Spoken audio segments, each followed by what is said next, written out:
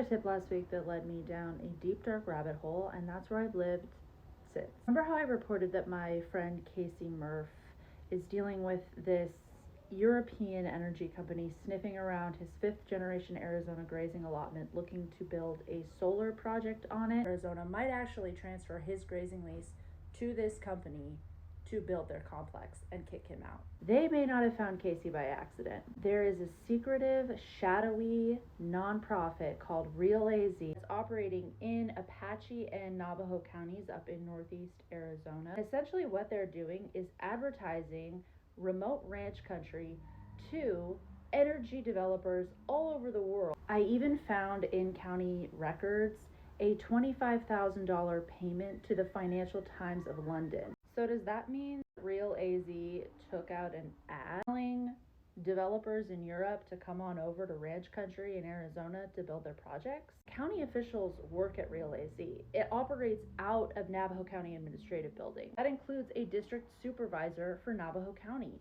He's on the board. He's the chairman of Real AZ. So while on the one hand, these local leaders are telling their communities, which are very divided over these massive wind and solar projects, hey, we're listening to you guys. We're listening to your concerns. We hear you.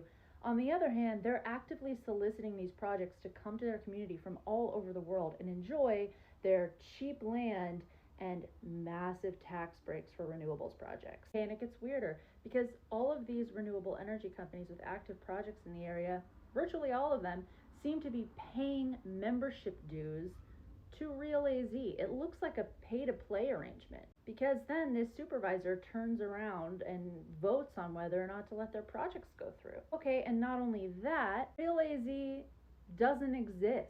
It was voluntarily dissolved in 2024. It shut down. But based on the records that I reviewed, they are still very much open for business and doing business, including receiving membership dues from governments in the area and from the renewable energy companies with active solar and wind projects in the region. Why would they voluntarily dissolve and then keep on doing business?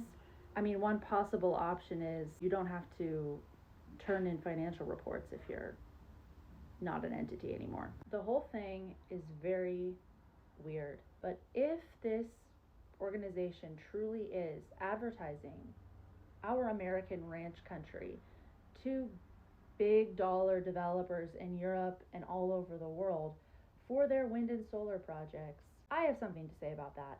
I don't know, you might too. I just published the whole story on my Substack, no paywall. Please go check it out and subscribe. And let me know what you think is going on here.